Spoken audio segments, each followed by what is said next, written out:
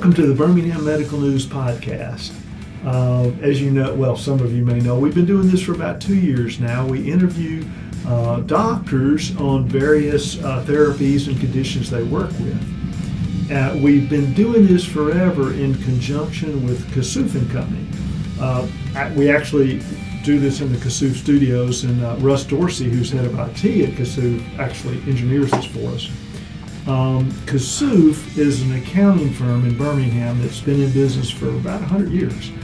They have a broad practice, including, tax practice, corporate accounting, a very well-run medical accounting practice, and they also have a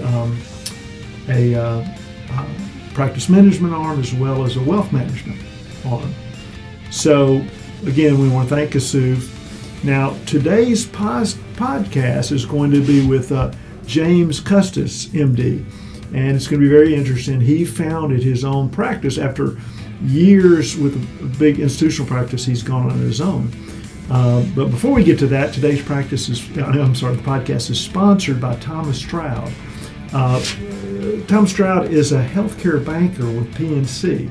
And he's been, for over 20 years, he's been helping fund healthcare startups and acquisitions. In that time, he's secured millions in capital, helping to build, financial systems and practices. So Thomas is here, and be glad for you to tell us a little bit about what you do. Thanks, Steve. It's good to see you again and get to sit with you. And you're going to be your viewers and listeners are going to really enjoy hearing Dr. Custis and kind of some of the stories that he has as far as what it's like to go from that hospital environment to being that entrepreneur. So that'll be a lot of fun. The thing that kind of differentiates what we do at PNC is PNC has a healthcare specific department. So every day, all day long, all I do is work with healthcare providers, doctors, dentists, veterinarians. And I tell people you can get a loan or you can get banking services from any bank, right? And so for those of a certain age, you remember the movie The Godfather. Oh, sure. Absolutely. And so they had a character in there. His name was Tom Hagen. I remember exactly. And Tom Hagen was the consigliere. And that's kind of what I tell my clients and people that I talk with. I'm like your consigliere, So whether it's a startup like Dr. Custis is doing, practice acquisition, if you're buying into a practice, or if you've been in a practice and you want to either talk about buying the property that you're leasing or you want to move into a build out, those are the things that I talk to my clients about. A lot of times it's a conversation with an advisor versus a conversation with a banker. It comes down to having someone that's going to tell you the truth about things and going to be an advisor and help you provide that strategy. And so that's kind of what I do, as opposed to just being a regular banker. I look at myself more as a healthcare practice consigliere. Okay. Well, sounds great. And you were the person that connected us with Dr. Custis. And Dr. Custis, as you know, I just met Dr. Custis like 15 minutes ago, and as you know, I thought your name was Curtis. So Custis is a unique name. I haven't heard that name before. Where does that come from? It is, and like I said, there's about 7 times more Curtises in this world than there are Custises, so we get it all the time. My dad used to say if I only had $1 every time somebody called me Curtis, I'd be a millionaire by now. But Custis is an old family name from the British Isles, one of the original inhabitants here in North America. The family was married to George Washington. So Martha Washington was a Custis and is a distant relative. And she had a cousin that was also married to Robert E. Lee. So we have distant relatives all the way back to Robert E. Lee and George Washington. And okay, so I understand you grew up in Florida. I did. You got your, I believe you got your original biology degree, neurobiology, right? Neurobiology at a small college in Sarasota called New College. Okay, and then your medical degree? University of South Florida in Tampa. Right, and so I know you came up here to Birmingham to do your residency and I believe a surgical internship at University of Alabama, Birmingham. First off, had you lived in Birmingham? Had you been in Birmingham before? No. And how did? Okay. No, that was completely a product of the match, and brought us up here, and we've stayed ever since. When you got here, when you finished your residency and internship, did you think of? I mean, what kind of made you decide to stay here? Did you? Oh, I think it's the same thing that happens to most people is you just put down roots and you kind of grow from where you're at. Okay. I didn't know if, coming from Florida, if you like the mountains we have around here, if there's anything in particular. I think the nicest thing about Birmingham is it's kind of centrally located to a lot. You're not too far from the beach. You're not too far from the mountains. You're not too far from everything. And when I got here, though, the food scene was pretty bad, and that has significantly improved. Man, it's been incredible, hasn't yes, it? it really has. Yeah, I mean, starting with the Howland, I can't think of his name, Howland Bar and Grill. Yeah, you're right. People from outside would have no idea how good the food scene really is. So, all right. So after you finished your internship and residency, where did you then go to practice? I worked for a few years in the urgent care scene, and then I missed hospital-based medicine. I always tell people I just missed the smell of the hospital. Ah, okay. And it's odd, but hospitals just have a unique sense to them. They have a unique feel. They have a unique smell. And the entire environment, I just missed that tremendously. So I worked hard to get back into hospital-based medicine. I got into emergency medicine and spent several years working in rural healthcare settings. What towns? Oh, all over the place. North Alabama, basically? Most North Alabama, South Alabama, and East Alabama. Everywhere from Fayette to Atmore to, you put me on the spot Andalusia. with names. Yeah, Andalusia. Was this in the ER? Yes. Okay, gotcha. Yes. Okay. Yeah, I traveled everywhere. Really enjoyed it. I mean, like I tell people, sometimes I was the only physician in the county, and people would come. I'm not surprised. Not unusual for me to get a phone call at 11 o'clock at night that said, "Hey, we need a doctor tomorrow morning. Is there any chance you could come and help us?" And hop in the car and head straight over and work in an emergency room that I had never met before the next morning. Help take care of things. So I moved around quite a bit. And it's become more common now for people to work locums. I never worked for a locums company, but that's kind of what I did. I kind of worked around different places, kind of fit in at a few different places, and worked out really well. And, I'm not surprised that you were often the only physician in the county because, as we all know, I mean, rural healthcare, rural hospitals so many have gone out of business in Alabama in the last 10, 15 years. And rural healthcare is so difficult. It's such a different kind of medicine, especially from the big institutional stuff. But even close to the big institutions, that medicine's different than the ones out in the rural. I remember a patient came in with a STEMI, and, I mean, he was actively dying right in front of me. Wait, you said a STEMI? Heart attack. Oh, okay. Yeah. Okay. And the helicopter was an hour and a half away. Just to get the helicopter. But in the air? Yes. Where was the helicopter coming from?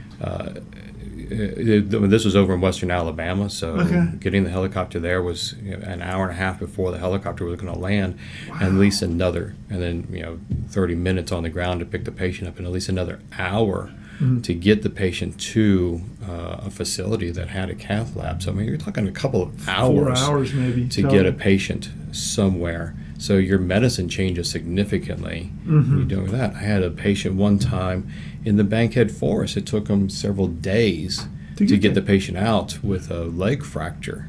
He was stuck in the middle of the Bankhead Forest. Why was it take so long? I've been up there hiking. Why did it take so long to get him out? There were no trails in there, and by the time you got the personnel in there to figure out where he was, get him secured and out of there, they were out of time for the day. Yeah. They had to hike out and then come back in and bring in resources. So there's areas in Alabama and states all over the place where it can be very difficult to get to patients and bring them out of those areas. I would have and never thought about that. That's rural area. Yeah.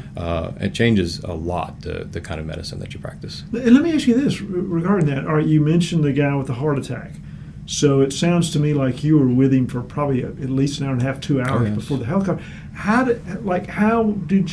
What did you do with that patient versus what you would have done if you'd come into the ER in Birmingham? Oh, sure. So right now, at the big facilities, most of them have a cath lab, and those patients can be almost instantly seen by a cardiologist and taken up to the cath lab, and they can have from the time the patient hits the door until the balloon is up in the cath lab, less than an hour. So what did you have to do though? We had to push T&Ks, manage his fluids, place central lines, do different drips. So it was quite a bit that went into just saving try that to keep guy's him life, stable, basically. Yes. All right, so you did that for quite a while. Now, understand your last, before going on your own, you were with St. Vincent's. I'm with the St. Vincent's same? system, yes. Okay. I've been with them for about 6 years now. Were you also ER with St. Yes. Vincent's? Okay. Yes. Well, let me ask you this. All right. How long, like while you were working the ER at St. Vincent's, did you start thinking you wanted to go out on your own? Well, like when and why? Well, that's that little kernel that gets just dropped in the back of your brain that just sits there and grows and grows and grows. I don't know if there's ever a single moment that happened, but when you watch medicine and you think that could be done differently, and that could be done better, and I just don't feel like I've been a good part of this system. I want to do it differently. That just keeps growing and growing, and you develop more and more stories, and you watch and you think, boy, I could do that differently. I don't like how that person's doing that thing. I would do it differently than that. And when you're part of a big system, there's a lot of drawbacks because you don't get to make those decisions. Right, I can't decide how I'm going to take care of that person. I can't decide who I'm going to hire, how I'm going to interact with these people. You're kind of at the will of the people that are making those decisions, and you watch all those decisions. You think there's got to be a better way of doing it, and that slowly and slowly and slowly builds. And then you start meeting patients. You think I can do this a different way. There's a better way, and that builds and builds, and then eventually you just say, you know what, it's time. It's time. Let's try this. In the practice you started, I know there's iatria. That's perfect. Okay, and I'll tell the viewers that we talked about this before, that you've got, everybody pronounces it differently, and apparently on your website you've got a bunch of the different pronunciations. We do. So I mean, when you're thinking about starting your own business, boy, you got to get that name, and that probably took us a year. Wow. I did. I mean, just trying to find that right name, just trying to. I mean, that's your identity. That's who you are. You put everything behind it. That's the first coat that you put on when you're a business owner. I mean, that's kind of everything. And I would go to my wife. I'd say, "What do you think about this name?" And she'd look at it and go, "No." And we'd put it aside, and I'd look at another one. How do you think about this name? No.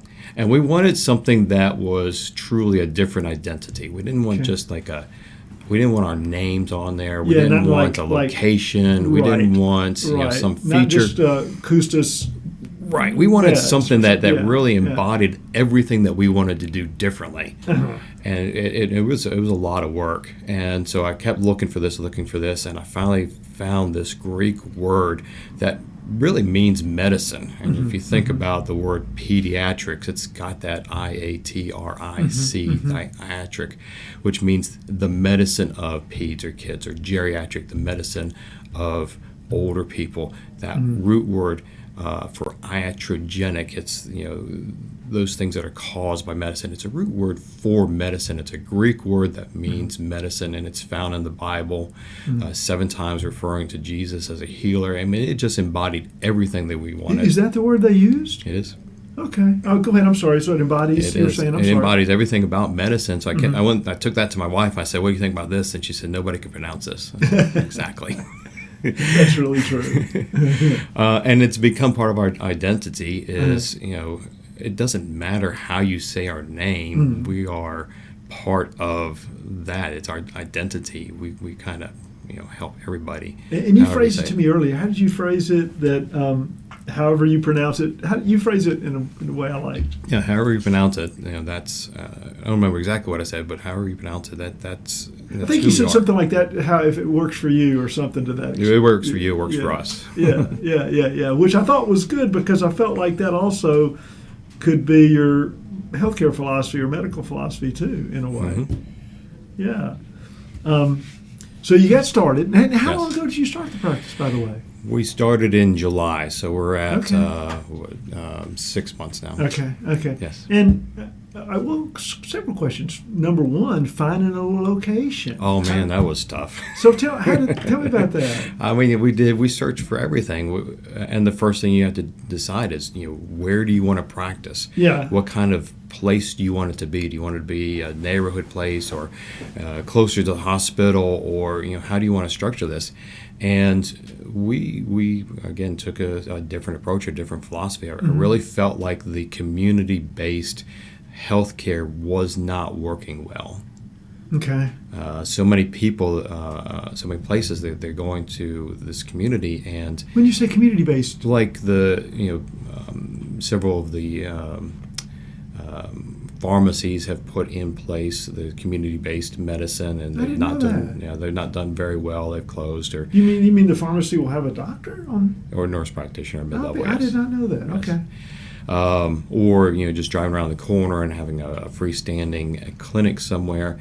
Just hasn't worked. So we went back to kind of the old philosophy, the old way of doing things, and you'll hear me say that a lot. Is kind of the foundations of medicine. People go to a hospital.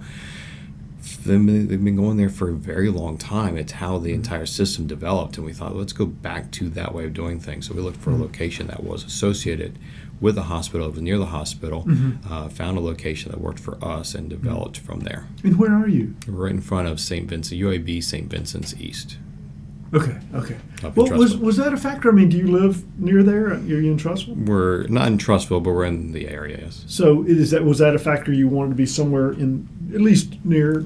Yeah. We did. Did you also look into how many practices there were in the area, try to find a spot that maybe wasn't just over? Yes, yeah. We pulled all that data and all those statistics and looked for different things, yes. Did you use, a little bit off topic, or I don't know, did you use AI and find it? How did you find all the data? We leaned a lot into AI. I was going to say, we leaned a lot into AI. I would think yes, so. Yeah, AI has been, I separate AI into kind of several different compartments, but as far as setting up and helping to manage a business, AI has been invaluable. Oh man, I want to hear about that as we get into it. But so you use AI to help you in thinking about a spot too, right? Well, we did, absolutely. And I want to hear about that, but I want to get to that first. So you opened up. Had you hired somebody at the very beginning, or was it just you? No, it's just us. Okay. Oh, that's your wife? Yeah, it's my wife and me, yes. Okay. Yes. And so I was back in July. What kind of, so you opened your practice, you opened your doors. Had you done anything to what did you do to find patients, or did you? Well, that's the struggle right now. Yeah. That's a struggle. And it's a constant battle, and I think every single physician out there is in the exact same position that we're in. Is how do you get the word out there to the population that you exist, and that you're open, and that you're available, and that you can come see us, and we still have not found the exact right answer. Advertising, I think 20 years ago was pretty easy. There was only so many avenues. There were only so many avenues. Well, and people would actually, open the newspaper and read the newspaper. Yeah. I don't know about you guys, but every Sunday morning, that's what I did. Is I opened the Me newspaper, too. read the newspaper, Absolutely. you'd ink on your fingers, and Yeah. you'd look at the ads, and Right. Yellow Pages was a big thing. I mean, and all that stuff is gone. Yeah. And then we ushered in the area of the big search engines, and now even the big search engines are starting to go away. People don't really use Google very much for looking for stuff, and now we're leaning into AI. And how do you they're using AI instead of Google? Well, they are using a tremendous amount of AI, and they're using a tremendous amount of social media. Well, I noticed, and I don't want to get too far off topic, but I noticed that if even if I Google something, Google's AI will come up. Yes. So you got started. Have you? Well, first off, what's the philosophy of practice? I mean, are you? And you may be working with multiple philosophies. I'm wondering about preventative care, dealing with folks with chronic conditions. Is there a specific lane you want to be in? So I think the best way to boil our medicine down is just old-fashioned medicine. Okay. That's really what I leaned into, was just the old-fashioned care. This is the kind of medicine that we practiced 20, 30, 40 years ago. We try to be that doctor that you come to, that you rely on, that you see day after day, week after week, month after month, year after year, generation after generation. We want to be kind of in your back pocket. We want to be the ones that you rely on to help you out with everything that's going on in your life. I told a story earlier.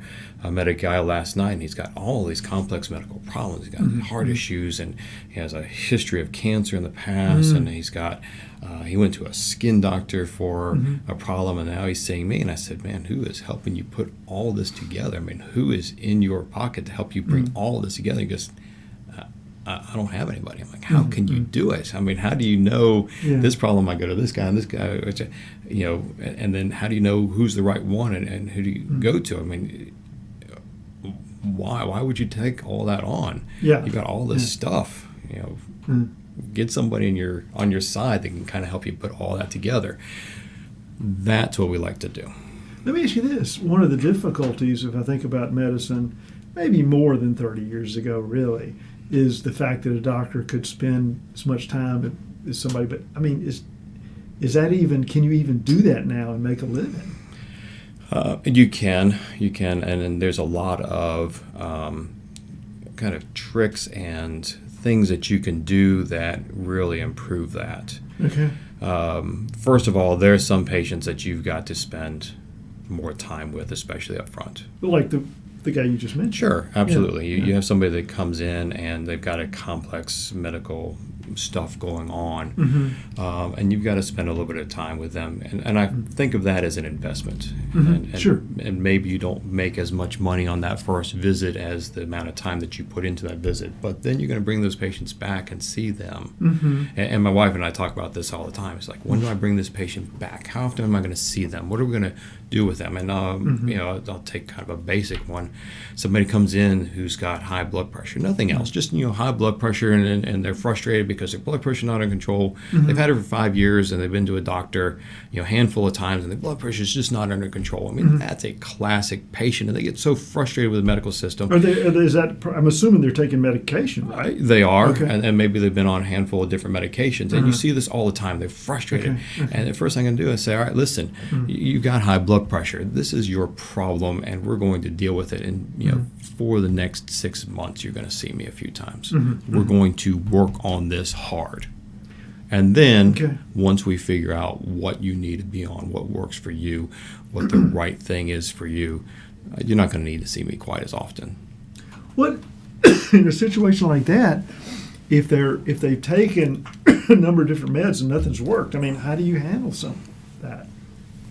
Oh, it's not that hard. That's just the practice of medicine. Okay. And part of it is working with the patient, figuring out what works for them. Like I tell people with high blood pressure, I've got hundreds of different medications that I can use. We can find something that's going to work for you. Do you also, sorry, breaking in with a person like that, do you get into lifestyle much?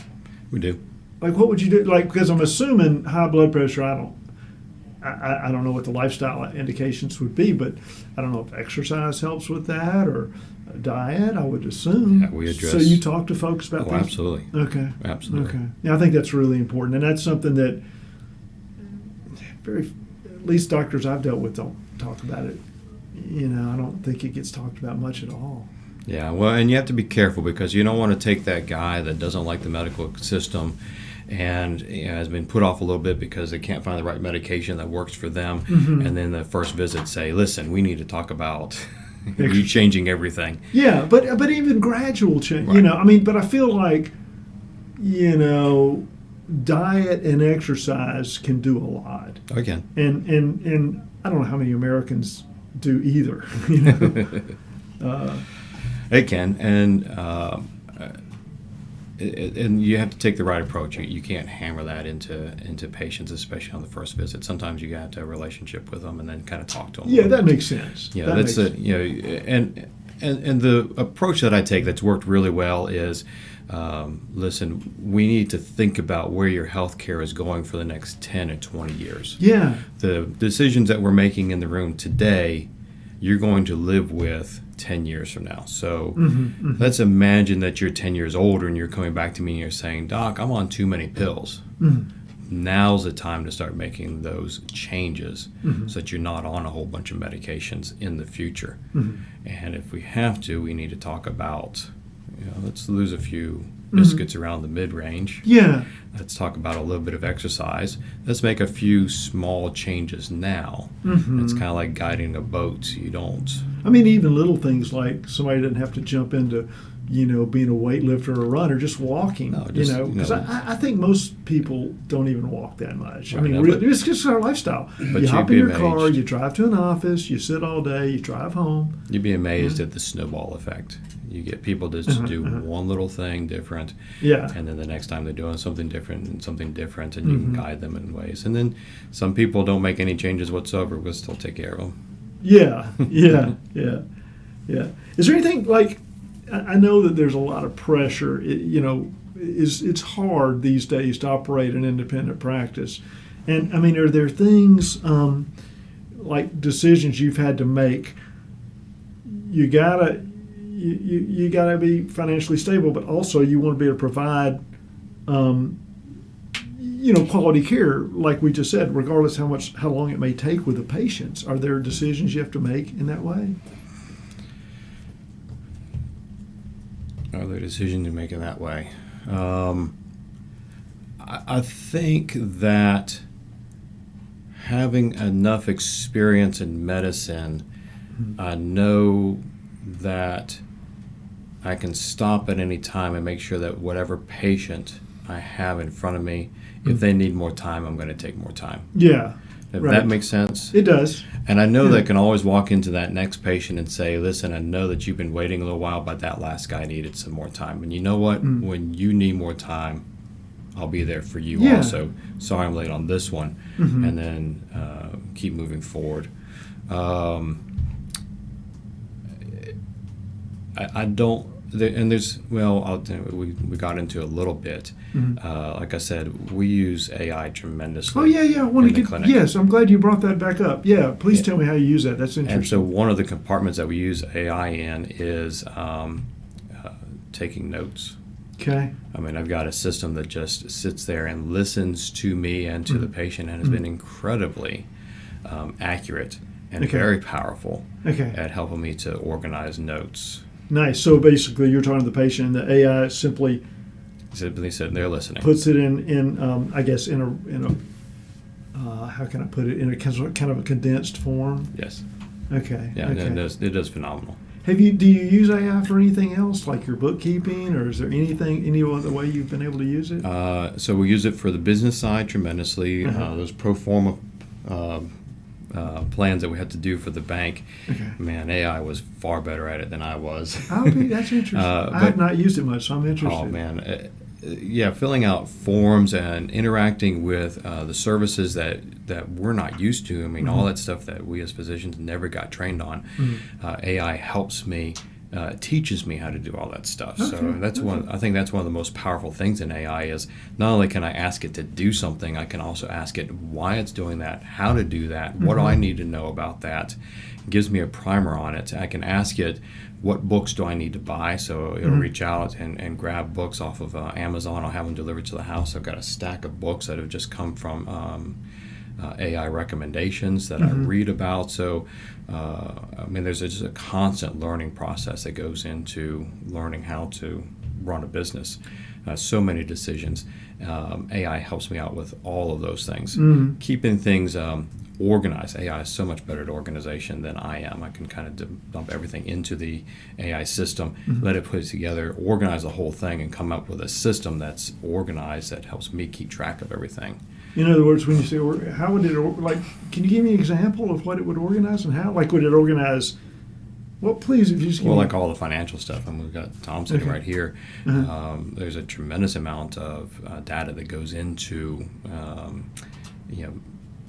looking at your business and how things are running, and you're able to put all that stuff into a system and let AI kind of manage all of that. Okay, once you make those initial assumptions and you project out all of these numbers, and then you can do a means test on the whole thing, and you really get a chance to look at everything from your side that the banks would look at also. And then when you sit down with your consigliere, you get a chance really to kind of see both sides. It gets you much better prepared. And that reminds me of something else. You mentioned a minute ago talking about, I think, using AI to find a lot of books to teach you how to do things. Thomas told me earlier that everything like credentialing, all that, you've done that yourself rather than hire somebody. And he gave me the reason. Can you tell us a little bit? Well, you were saying, Thomas was telling me that you felt like you want to be able to know how to do it before you ever hire somebody to do it. Yeah, we do. We try to. We did outsource some of the credentialing, but credentialing was very, very difficult. The insurance companies have been very difficult to work with. So I'm not surprised, unfortunately. Man. Yeah. And I don't think that they mean to. I just think that there's so many systems that speak differently than we as physicians do. Okay. We just have a completely different language than everybody else. The bankers speak differently than we do. Just like when you go to administration in a hospital and you try to talk to them, they just speak a different language. I don't really think they're trying to be bad. I just think that everybody has their own way of thinking and discussing things and bringing things up. So using these extra systems helps you to understand what they're thinking about, what they're looking at, what their angle is on things, and it gets you a little bit better prepared. So credentialing was hard. Working with the insurance companies has been a little bit difficult. So we do use AI for managing some of our prior authorizations. We have a system that takes care of almost 95% of our prior authorizations.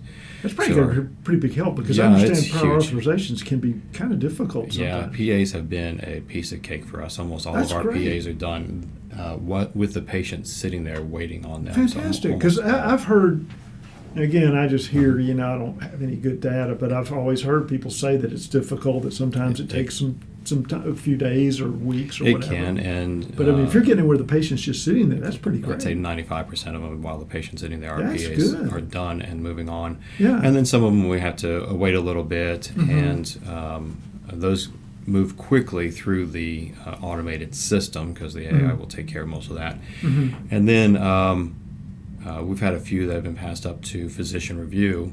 And the nice thing is we've got a system that puts out an entire summary for me, so I might not remember exactly what was going on with that case a week or two later when the physician review comes up, but I've got a quick summary right there. It goes onto my schedule. The physician calls in, I get on the phone, the two of us talk for a few minutes, review everything, and every single medication that we've ordered, every single test that we've ordered has been passed through and approved by the insurance, so we have not had much problems. That's good. That helps a lot with just the smooth running of your practice. Well, let me ask you this. I don't know. Well, first off, I guess I've got two different ways of looking at this. I'm going to put the same thought into two questions in a way. Like, one, I'm wondering, do you feel like you wanted to go into practice for yourself?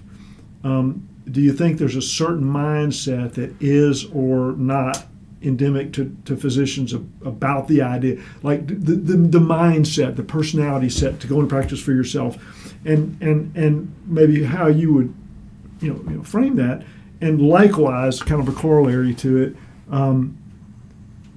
if somebody right now, maybe an ER doc is a little closer to independent in a way, but let's say somebody's with one of the really big institutional practices and they want to go into practice for themselves, and what would you tell them? Oh, that's a great question. And I know I've kind of made it too long. If you start with the mindset, the personality you think it takes, and then if somebody has that mindset, what would you tell them? First of all, there's a lot of challenges to kind of going on your own. And I think a lot of physicians realize that. There's a tremendous amount of stuff that's not medicine that you have to deal with when you're on your own. Right. And I think that's why a lot of people end up with the bigger institutions, because they take care of all of that.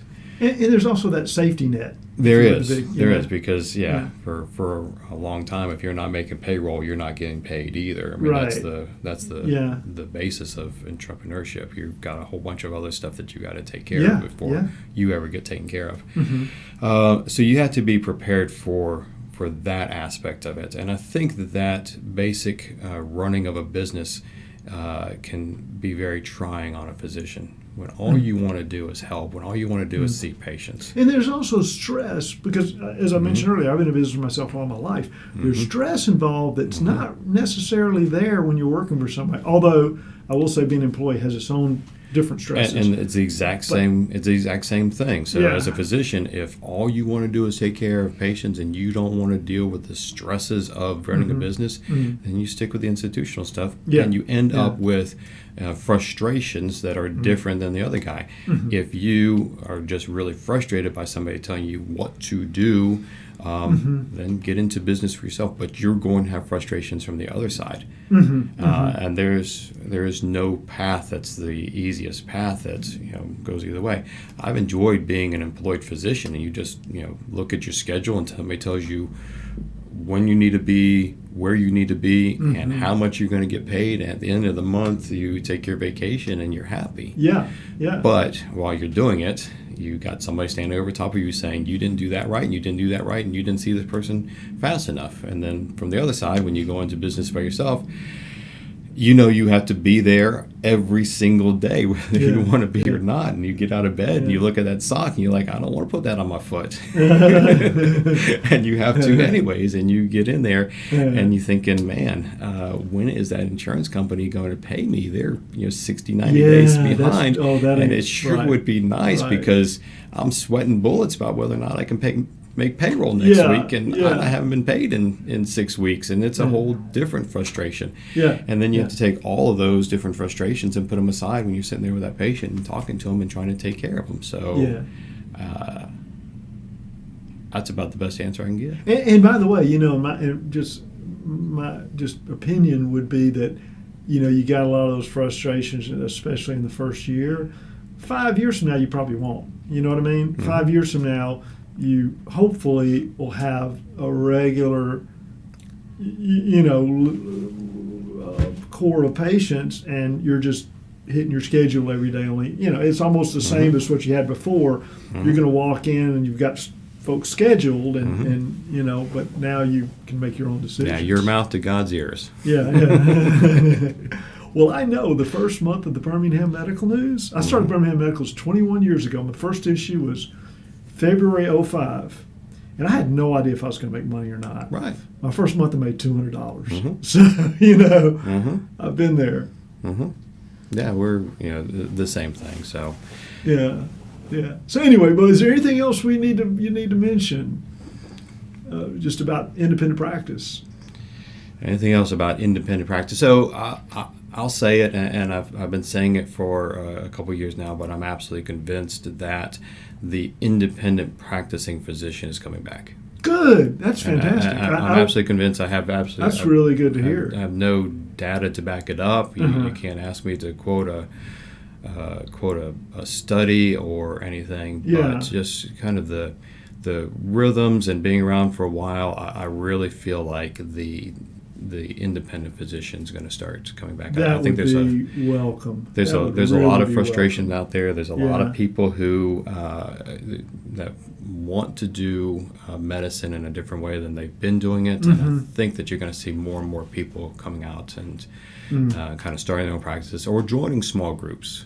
Being part of something that's a little bit more niche practices and working more hand in hand. And I think people want to have kind of a different control and see how things go. Interesting enough, too, I've got a friend in Chattanooga who is started his own practice, and interestingly enough, he's been an ER doc. I wonder if it's just an ER doc because you're so much, while you're an independent contractor, you're kind of used to being on your own. I wonder if that's a factor. It might be. Yeah. Unique breed, different kinds of people. Yeah, right. Well, thanks a lot for taking the time with us. For me, it's been really interesting. Thank you. That was great. Thank you for listening to today's episode of the Ask the Doctor podcast, brought to you by the Birmingham Medical News and Custis Company. Please make sure to like and subscribe, and make sure to tune in for our next installment. I'm Steve Spencer, and wish you and your loved ones a healthy journey until we see each other again.